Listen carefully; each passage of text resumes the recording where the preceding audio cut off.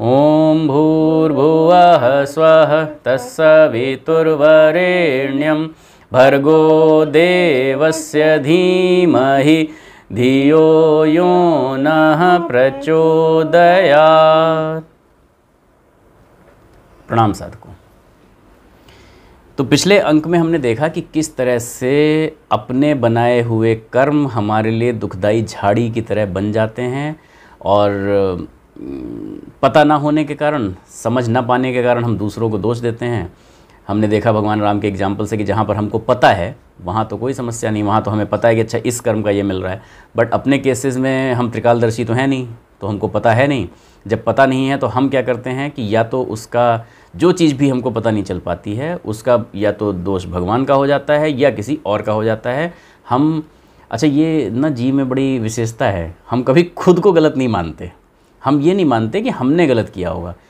और हाँ, कुछ लोग जो मानते हैं, आप समझिए कि आपके ऊपर भगवान की बड़ी कृपा है और आप उस तरफ धीरे धीरे कदम बढ़ा रहे हैं जहाँ पर आपकी तत्व दृष्टि डेवलप हो जाएगी कि ये जो कुछ भी है शायद मुझे पता नहीं है, शायद मैं देख नहीं पा रहा हूँ, लेकिन है मेरा ही। और जब ये दृष्टि पैदा हो जाएगी तो एक वो भी क्षण आएगा जब आप देख भी पाएंगे कि ये कहाँ से आ रहा है चीज़ें। तत्व दृष्टि डेवलप हो जाएगी तो आप देख भी पाएंगे कि कहाँ से आ रही है चीज़ें। तो जैसा कि हमारे कुछ साधकों ने ऐसा वर्णन दिया भी है कि हमने ध्यान में जाकर अपनी पिछली लाइफ को देखा है और ये सारी चीज़ें की हैं। तो वो जब दृष्टि डेवलप हो जाती है, जब आपके चक्र जागृत हो जाएंगे, तब उस तरह की चीज़ें होती हैं। तो हम लोगों ने चर्चा की कि 3 प्रकार के कर्म होते हैं और उनके 3 प्रकार के स्वभाव और 3 प्रकार के फल की चर्चा अब हम आरंभ करेंगे। पिछले वीडियो में जैसा हमने कहा था कि अब इसके आगे पता चलेगा कि 3 प्रकार के कर्म, 3 प्रकार के स्वभाव और उनके 3 प्रकार के फल होते हैं। तो सुख जो है वो तो मानव जीवन की स्वाभाविक स्थिति है ना। वास्तव में तो आदमी कहता है ना कि ईश्वर अंश जीव अविनाशी, चेतन अमल सहज सुख राशि। तो क्योंकि जीव ईश्वर का अंश है तो वो अगर सहज, उसका जो स्वभाव है सहज में वो सुख की राशि है। वो तो दुख अपने किसी न किसी कारण से वो जबरदस्ती बुलाता रहता है, कुछ ना कुछ ऐसा करके। अदरवाइज अगर आप ना करें तो आप समझ जाएं इन चीज़ों को तो आप सुख की राशि हैं, आप सुख में ही जिएंगे। सुकर्म करना हमारा स्वभाव है, यानी अच्छे कर्म करना तो हमारा स्वभाव है, इसलिए सुख प्राप्त होना भी स्वाभाविक है। तो उसमें तो किसी को कोई ना जानने की इच्छा होती है, ना कोई कष्ट होता है, ना कोई दिक्कत होती है। कष्ट हमेशा दुख में होता है। दुख से आदमी डरता है, घबराता है और उसी से हम छुटकारा पाना चाहते हैं। सुख से तो कोई छुटकारा पाना चाहता नहीं, सुख तो सबको अच्छा लगता है। वो हमारा क्योंकि स्वाभाविक स्वभाव है, इसीलिए हम उस पर कोई चिंता नहीं करते, कोई दिक्कत नहीं होती हमें। दुख से डरते हैं, दुख से घबराते हैं, दुख से छुटकारा भी पाना चाहते हैं। इसलिए हम यहाँ पे दुखों का ही विवेचन करेंगे, दुखों का ही एनालिसिस करेंगे, क्योंकि भाई जिसकी हमको तलाश है, जिसको हम जानना चाहते हैं, जिसके कारण को, उसी का कारण निवारण जानना है। सुख क्या है? सुख तो आराम से आ रहा है, कोई दिक्कत है ही नहीं। तो जो आरोग्यवर्धक हमारे शास्त्र हैं, जो चिकित्सा शास्त्र हैं, ये 2 अलग अलग शास्त्र हैं। इसीलिए सुख दुख के भी 2 अलग अलग विज्ञान हैं। तो आरोग्यवर्धक अलग चीज़ हुई। आरोग्यवर्धक का क्या मतलब है? आपको जिस समय कष्ट नहीं भी है, जिस समय कोई बीमारी नहीं भी है, उस समय भी आप ऐसी चीज़ें खाएं पिएं, ऐसा योग आसन प्राणायाम करें जिससे आपकी उस स्थिति में वृद्धि हो, यानी कि इम्यूनिटी डेवलप हो। तो वो एक अलग चीज़ है और जो निदान है वो एक अलग चीज़ है। तो यहाँ पर भी इसी तरीके से दोनों के अलग अलग विज्ञान हैं। ठीक है। सुख वृद्धि के लिए जैसे आप धर्माचरण करना चाहिए, सत्य बोलना चाहिए, इस तरह की चीज़ें होती हैं। स्वास्थ्य वृद्धि के लिए अच्छे पौष्टिक आप पदार्थों का सेवन करेंगे, पौष्टिक भोजन करेंगे, प्राणायाम करेंगे, एक्सरसाइज करेंगे, इस तरह की चीज़ें करेंगे तो उससे क्या होगा? आरोग्य वृद्धि होगी, सुख वृद्धि होगी। इस तरीके की चीज़ें कर सकते हैं। ऐसे ही दुख की निवृत्ति के लिए क्या होगा कि दुख तो आ गया, अब क्या करना है? तो अब ये बीमारी हो गई, अब इसका निदान करना है, अब इसका इलाज करना है। तो चिकित्सा शास्त्र अलग है। तो दुख की निवृत्ति पाने के लिए, दुख से निपटने के लिए रोग का निवारण और उसका इलाज या निदान, ये चिकित्सा जानने की आवश्यकता है। और मेरा ख्याल है ये सब लोग अवश्य जानना चाहते होंगे कि भाई दुख का निवारण कैसे किया जाए, उसकी चिकित्सा कैसे होगी। तो इसके लिए जो हमारा दुख है, इसके लिए कर्म की गहन गति की जानकारी प्राप्त करने से ही समझ में आएगा कि दुखों का मर्म क्या है। जैसा हमने कहा ना कि जब आकस्मिक दुख सुख आ जाते हैं तो क्योंकि हमको पता नहीं होता तो हम या तो उसका दोष भगवान पर डालते हैं देवता नाराज़ हो गए, भगवान नाराज़ हो गए, या हम दूसरों पे उसका दोष डालते हैं। यदि हम ये जान लें कि ये कैसे हो रहा है तो क्या हम ऐसा करेंगे? नहीं करेंगे। ज़्यादातर गलतियाँ मानव जानकारी के अभाव में करता है। In most of the times जब आप देखेंगे कि आदमी गलती कर रहा है तो वो जानकारी के अभाव में कर रहा होता है। अगर मुझे पता है कि क्या चीज़ कैसे है, आप देखिए जो लोग सांप पकड़ना जानते हैं वो उनसे नहीं डरते, आराम से पकड़ लेते हैं, ठीक है ना। जो लोग इवन सर्कस में शेर पकड़ के लाते हैं, या जो फॉरेस्ट ऑफिसर्स हैं जो उनसे निपटना जानते हैं, वो उन्हीं के बीच में रहते हैं, उनको उनसे भी डर नहीं लगता। हमें डर लगता है क्योंकि हम उनके स्वभाव को नहीं जानते, हम उनके नेचर को, उन्हें पता है कि ये कब अटैक करेगा कब नहीं करेगा, वो आराम से वहीं से चल रहे होंगे, चले जाने देंगे, कोई समस्या नहीं है। तो ज़्यादातर दुख, ज़्यादातर कष्ट जानकारी के अभाव में आते हैं। आपको इग्नोरेंस है, या फिर आप जानते हैं बट ये पता नहीं है कि वो जो चीज़ आप जान रहे हैं उसका यूज़ क्या है। हाँ। और या फिर आप ये भी जानते हैं कि यूज़ क्या है और वो, पर टाइम जब आया तो आपको भूल गया और उस समय आपने उसे इम्प्लीमेंट नहीं किया। इन्हीं चीज़ों पे सारी व्याधियाँ डिपेंड करती हैं। आप अगर इतना डीप में ना समझ पाएँ, इसको नॉर्मल भौतिक जीवन में समझना चाहें, तो एक अगर का स्टूडेंट है तो उसको आर्ट बड़ी इजी लगती है, वो बैठ के आराम से आप उसको कितनी भी बड़ी से बड़ी पेंटिंग दे दीजिए, वो उठा के बना डालेगा। लेकिन उसको आप विज्ञान की एक छोटी सी पुस्तक दे दीजिए तो वो उसके लिए बड़ी भारी काम है, उससे वो डरता है, अरे नहीं, मैथ का छोटा सा सवाल दे दीजिए, अरे नहीं, उससे डर लगता है। वहीं वो जो दूसरा मैथ का स्टूडेंट है वो उसको बड़े आराम से सॉल्व कर डालेगा। उसको आप आर्ट का एक दे दीजिए, एक पेपर अगर मान लीजिए गलती से आर्ट का आ जाए तो उसको लगे यार इसमें पास होना बड़ा भारी है। क्यों? क्योंकि जो चीज़ हम नहीं जानते उससे हम डरते हैं। तो यहाँ पर यही कहने का प्रयास है कि कर्म की गहन गति को अगर हम समझ लें और हम ये समझ जाएं कि किस कर्म की वजह से कौन सा दुख आता है, तो हम क्या करेंगे? वो कर्म ठीक कर लेंगे और उसको करना छोड़ देंगे। अरे भाई, जो कर्म जिससे हमें दुख मिल रहा है उसको करेंगे ही क्यों? उसको नहीं करेंगे। और इस तरीके से दुख की निवृत्ति का यही एक उपाय ही है। देखिए, ये चिकित्सा शास्त्र में और इसमें यही एक अंतर है कि बीमारी अगर हो गई तो उसकी दवा बनी भी है, दवा खा के आप क्या करेंगे? बीमारी कंट्रोल कर लेंगे। बट कर्मों के साथ ऐसा नहीं है। कर्मों को करने से पहले ही कंट्रोल किया जा सकता है। अगर वो कर दिया, रजिस्टर हो गया, तो उसका फल भुगतना ही पड़ेगा। फिर कर्म लगता है, और कर्म अगर लग गया तो उसका फल भोगे बिना कोई और उपाय नहीं है। तो इसके लिए सबसे अच्छी सहायता जो हम अपने आप की कर सकते हैं वो ये कर सकते हैं कि हम ये जान लें कि कौन सा दुख किस कर्म की वजह से आता है। अगर ये पता चल जाए तो काम बन जाएगा ना, बस। तो अब हम यही विचार करते हैं कि दुख 3 प्रकार के होते हैं, दैविक, दैहिक, भौतिक। ऐसा पहले हम लोग पिछले वीडियोज में देख चुके हैं। कौन सा दुख का स्वरूप क्या होता है और किस कर्म के कारण कौन सा फल लगता है, अब इसकी चर्चा आरंभ करते हैं, अब इस पर जानना शुरू करते हैं। तो यहाँ गुरुदेव लिखते हैं कि दैविक दुख वो कहे जाते हैं जो मन को होते हैं। हमने पहले भी इसको जाना है, जैसे चिंता, आशंका, क्रोध, अपमान, शत्रुता, विछोह, भय, शोक। ये मन को दुख हो रहे हैं। डर लग रहा है, आशंका हो रही है, चिंता हो रही है, गुस्सा आ रहा है, मन में मतलब किसी ने कुछ बोला तो हम फीलिंग इंसल्टेड, है ना, मुझे इंसल्ट फील हो रही है, या किसी से शत्रुता का भाव आ रहा है ना। तो या फिर विछोह का दुख हो रहा है। विछोह अर्थात अपने किसी प्रियजन से बिछुड़ जाने का दुख जो हो रहा है ना। डर लग रहा है। शोक कई तरह के हो सकते हैं। किसी अपने प्रियजन की तबीयत खराब हो गई, प्रियजन से बिछुड़ना पड़ा, असमय अकाल मृत्यु हो गई, ये सारे मानसिक दुखी तो हो रहे हैं। वास्तव में मतलब इसमें फिजिकल ज़्यादा नहीं है, इसमें मानसिक ज़्यादा है इन सारी चीज़ों में, राइट। दैहिक दुख जो होते हैं वो जो शरीर को कष्ट होते हैं, जैसे कोई बीमारी हो गई, चोट लग गई, एक्सीडेंट हो गया, विष का प्रभाव आ गया, बिच्छू ने काट लिया, सांप ने काट लिया, उस तरीके का वो आ गया। इस तरह के कष्ट जिनमें आपका शरीर कष्ट पाता है, आपकी बॉडी को इंजरी हो गई, मतलब एनी बॉडीली इंजरी जिसको आप कह सकते हैं, वो आपकी जो है वो क्या है, वो शारीरिक कष्ट। शारीरिक कष्ट को सीधे सीधे आप दैहिक कष्ट कह सकते हैं।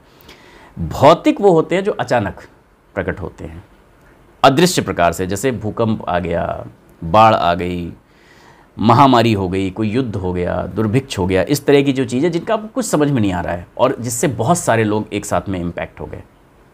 तो कई बार लोग कहते हैं तो क्या ये इतने सारे लोगों ने खराब कर्म कर दिए होंगे? कई बार लोगों के ये भी लॉजिक होते हैं जो मतलब इसको काटना चाहते हैं, तो वो कहते हैं भाई ठीक है, हमने आपकी बात मान ली, ये कर्म होता है, लेकिन इतने सारे लोगों के घर बाढ़ में बह गए, इतने सारे लोग भूकंप में पूरा पूरा गांव तबाह हो गया, मर गया, तो क्या इतने सारे लोगों ने कर्म खराब कर दिए होंगे जो इतना आ गया? देखते हैं कि क्या इतने सारे लोगों का हो सकता है कि नहीं।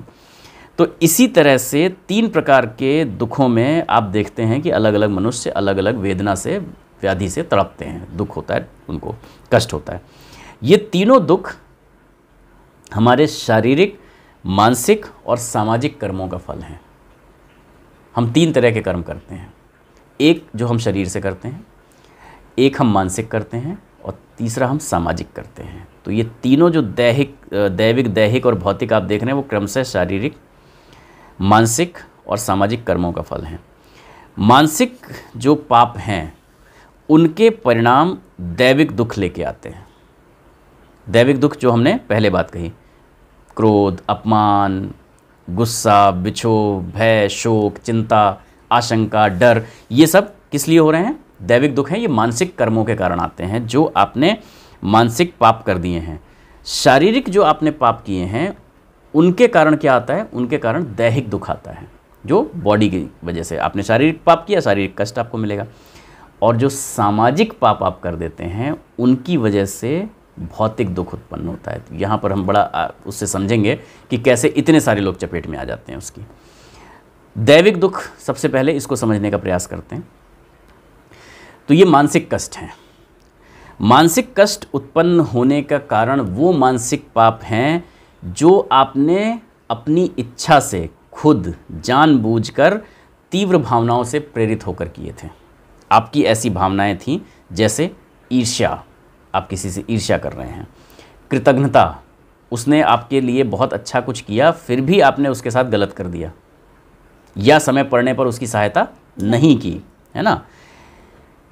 छल, आप किसी के साथ धोखा कर रहे हैं। दंभ, घमंड, अहंकार, क्रूरता, मानसिक क्रूरता।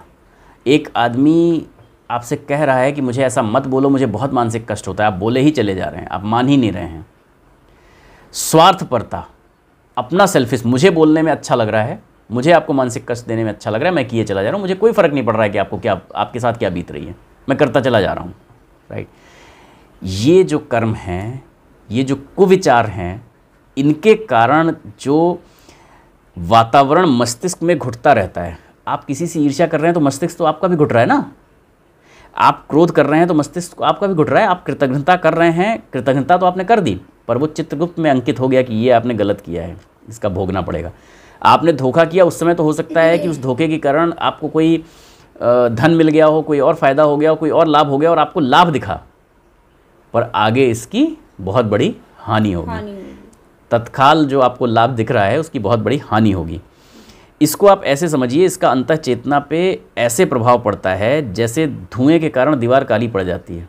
आपको पता नहीं चलता, पर वो धुआं जाता रहता, धीरे धीरे दीवार काली पड़ती रहती है। तो ऐसे ही वो मन मस्तिष्क में वो कालिख जमा हो रही है, वो रेखाओं के साथ वो कालिख जमा हो रही है।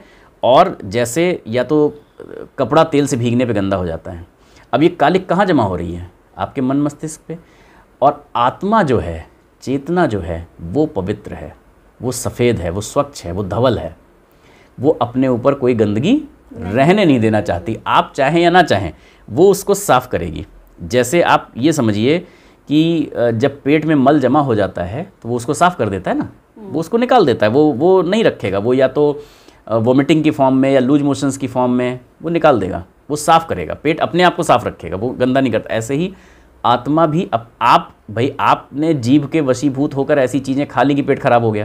कहते हैं ना पेट खराब नहीं हो गया, वो एक्चुअली अपने आप को साफ़ कर रहा है। वो खराब नहीं हुआ, खराब तो जीभ हुई थी, खराब तो आपका मन हुआ था। उस खराब होने की वजह से आपने ऐसे पदार्थ खा लिए कि पेट गंदा हो गया। वो अपने आप को गंदा रखेगा नहीं, वो रखेगा साफ। तो वो या तो वोमिट करा देगा या दस्त करा देगा। तो जो भक्त होता है उसका देखने का नज़रिया भी यही होता है कि वास्तव में ये अपने आप को बचा रहा है, ये आपको बचा रहा है। पेट खराब करके आपको संकेत दे रहा है, वो आपको परेशान नहीं कर रहा है, वो आपको बचा रहा है, वो आपकी सहायता कर रहा है वास्तव में। तो ऐसे ही आत्मा भी ये जो दंड दिलवा रही है, ये दंड दिलवा के आपको परेशान नहीं कर रही है, ये स्वच्छ कर रही है, साफ कर रही है कि आप इसका परलोक में अगर आपको मान लीजिए मानसिक दंड मिल रहा है नर्क जैसा दंड भोगना पड़ रहा है या अगले जन्म में कहीं भी भोगना पड़ रहा है, तो वो इसलिए ताकि अगली यात्रा पर आप स्वच्छ होकर जाएं, साफ होकर जाएं, साफ होकर जाएं।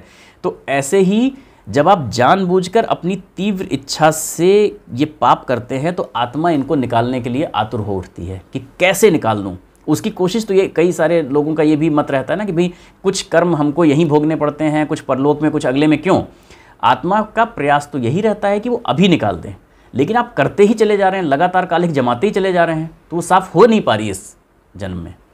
जब इस जन्म में साफ़ नहीं हो पा रही है तो उसका दंड व्यवस्था करती है परलोक में हो जाए, लेकिन अगर बहुत ज़्यादा जमी हुई है, वहाँ भी नहीं हो पाई, तो फिर अगले जन्म तक ट्रांसफ़र हो जाता है। कितना कर डाला है, किस लेवल का कर डाला है, इस पर डिपेंड करता है, और कितना ज़्यादा, कितनी क्वांटिटी में आपने कालिक जमा ली है। तो एक बार साबुन मारा, भिगोया, सब कुछ किया, नहीं हुआ, फिर दोबारा मारा, तो कई बार बार साफ़ करना पड़ता है ना कपड़ा, अगर बहुत गंदा हो गया तो वो एक ही जन्म में इतना आपने कर डाला है, तो उसका फिर भुगतना कई लेवल पर पड़ेगा, डिपेंड ये करता है।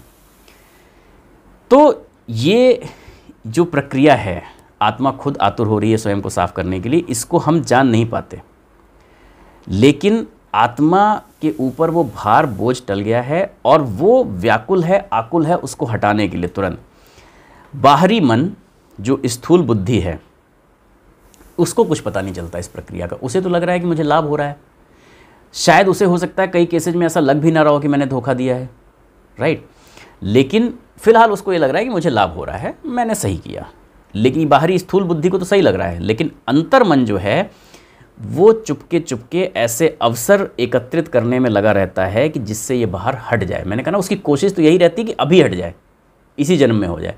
लेकिन अगर आप लगातार उस पर छाप डालते ही चले जा रहे हैं, काली की पोतते चले जा रहे हैं, तो उसको वो अवसर मिल ही नहीं रहा सफाई करने का, तब वो चला जाएगा आगे, परलोक में ट्रांसफ़र होगा और अगले जन्म में भी ट्रांसफ़र हो सकता है।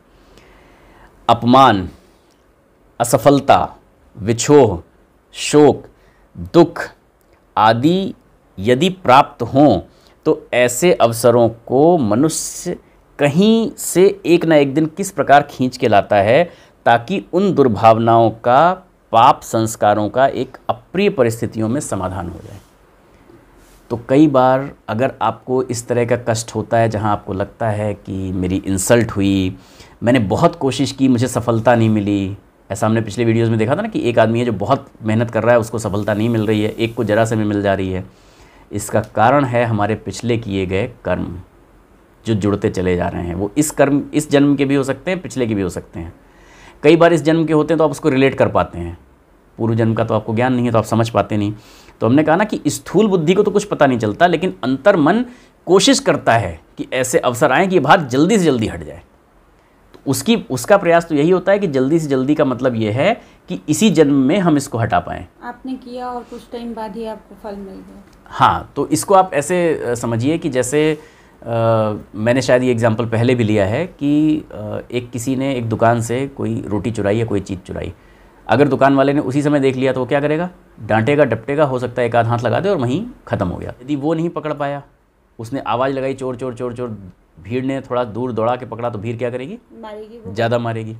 तो यहाँ पे बढ़ गया। जितना देर होती चली जाएगी उतना दंड का परिमाण जो है, इंटेंसिटी बढ़ती चली जाएगी। और अगर अभी नहीं ये छूटा, कुछ समय बाद पता चला, पुलिस कंप्लेंट हुई और घर से आके पुलिस उठा के ले गई, तो और ज़्यादा होगा। जो पुलिस मारेगी, जो दंड मिलेगा, फिर कोर्ट कचहरी से जो भी 3 महीने 6 महीने की जो सज़ा होगी वो होगी।